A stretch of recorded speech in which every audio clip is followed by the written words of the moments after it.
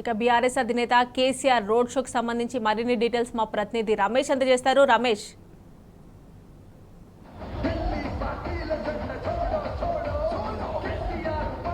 మమత 48 గంటల విరామం తర్వాత మళ్ళీ కేసీఆర్ గారి యొక్క రోడ్ షో మరికొద్ది క్షణాల్లో రామగుండం వేదికగా కూడా కొనసాగనుంది. ఈ నేపథ్యంలోనే పెద్దపల్లి బీఆర్ఎస్ పార్టీ ఎంపీ అభ్యర్థి కొప్పుల ఈశ్వర్ని గెలుపును కాంక్షిస్తూ కేసీఆర్ గారి రోడ్ షో కొనసాగనుంది.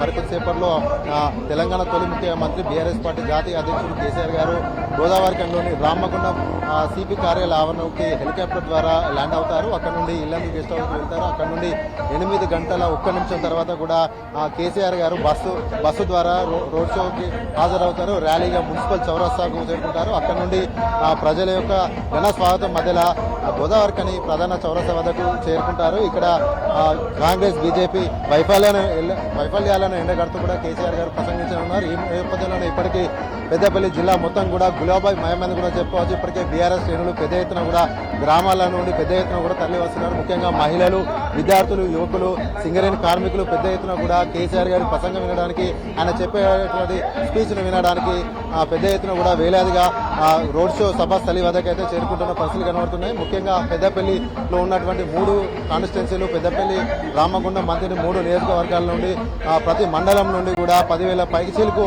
ప్రజలంతా కూడా స్వచ్ఛందంగా కూడా వారంతా కూడా కేసీఆర్ గారి రోడ్ షోకి అయితే పెద్ద ఎత్తున హాజరు కానున్నారు. ఈ నేపథ్యంలోనే పెద్దపల్లి అంటే కూడా ముఖ్యంగా సింగరేణి కార్మిక క్షేత్రం అని చెప్పవచ్చు.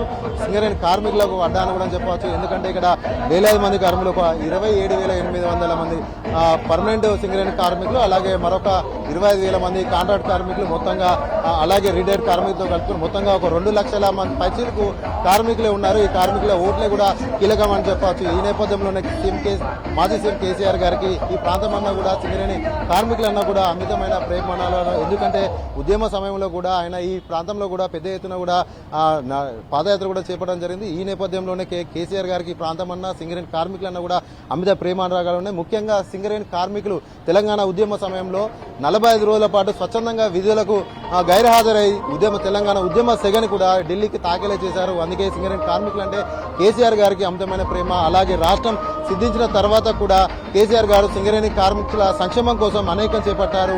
కార్మికులు గత పాలకులు పూడగొట్టినటువంటి వారసత్వ ఉద్యోగాలను కూడా తిరిగి తీసుకొచ్చినటువంటి ఘనత కూడా కేసీఆర్ గారికి దక్కింది. అలాగే వడ్డీ లేని గృహ నిర్మాణ రుణ సదుపాయం కావచ్చు, అలాగే 13% ఉన్నటువంటి సింగరేణి కార్మికుల లాభాల వాటాను కూడా 32% కూడా పెంచినటువంటి ఘనత కూడా కేసీఆర్ గారికి దక్కింది. ఇలా అనేకం కూడా సింగరేణి కార్మికుల సంక్షేమం కోసం కేసీఆర్ గారు బీఆర్ఎస్ పాలన కూడా చేయడం జరిగింది. ఈ నేపథ్యంలోనే సింగరేణి కార్మికులు పెద్ద ఎత్తున కూడా కేసీఆర్ గారిని కల్లారా చూడడానికి, ఆయన చెప్పేటువంటి ప్రసంగాన్ని వినడానికి పెద్ద ఎత్తున కూడా తల్లి రావడం జరుగుతుంది. అలాగే మరోవైపు రైతులు కూడా చూసుకున్నట్లయితే గత 10 ఏళ్ల బీఆర్ఎస్ పాలన కూడా ఎప్పుడు కూడా తెలంగాణ రాష్ట్ర వ్యాప్తంగా కూడా ఎక్కడ కూడా ఒక్క ఎకరం కూడా ఎండిపోలేదు. కానీ కాంగ్రెస్ వచ్చింది, అన్ని పోయాయి అన్న విధంగా నీళ్లు పోయాయి, సాగునీళ్ళు అన్ని కూడా పోయాయి అనే చందంగా కూడా రైతులంతా కూడా ఆవేదన వ్యక్తం చేస్తున్నారు. ఇప్పటికే కేసీఆర్ గారు కూడా బస్సు యాత్ర ద్వారా పంట పొలాలు కూడా సందర్శించారు. ఈ నేపథ్యంలో పెద్ద ఎత్తున పెద్దపల్లి జిల్లా వ్యాప్తంగా ఉన్నటువంటి రైతాంగం కూడా పెద్ద ఎత్తున కూడా కేసీఆర్ గారి రోడ్ షోకి తరలి రానున్నారు. ముఖ్యంగా రైతులు తమ బాధను చెప్పడానికి కూడా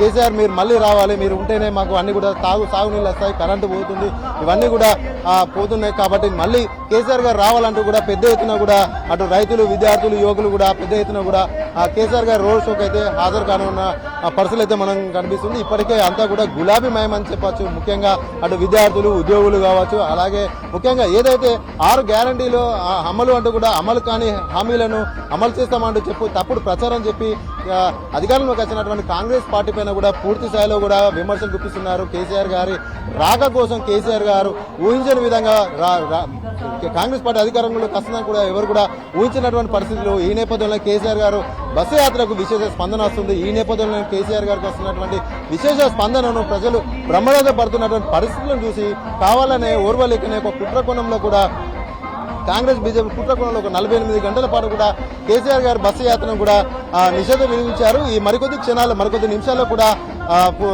ఈ 48 గంటల నిషేధం కూడా తొలగిపోనుంది. ఈ నేపథ్యంలోనే ఈ రోజు 8 గంటల తర్వాత కూడా తిరిగి కేసీఆర్ గారి బస్సు యాత్ర రోడ్ షో యథావిధిగా షెడ్యూల్ ప్రకారం కూడా కొనసాగనుంది. మరికొద్ది సేపట్లో కేసీఆర్ గారు రామగుండం సిపి కార్యాలయంకి హెలిప్యాడ్ ద్వారా చేరుకుంటారు.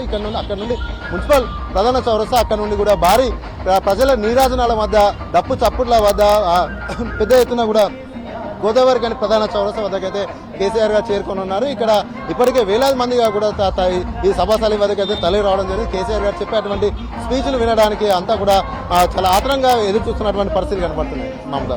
రైట్ రమేష్.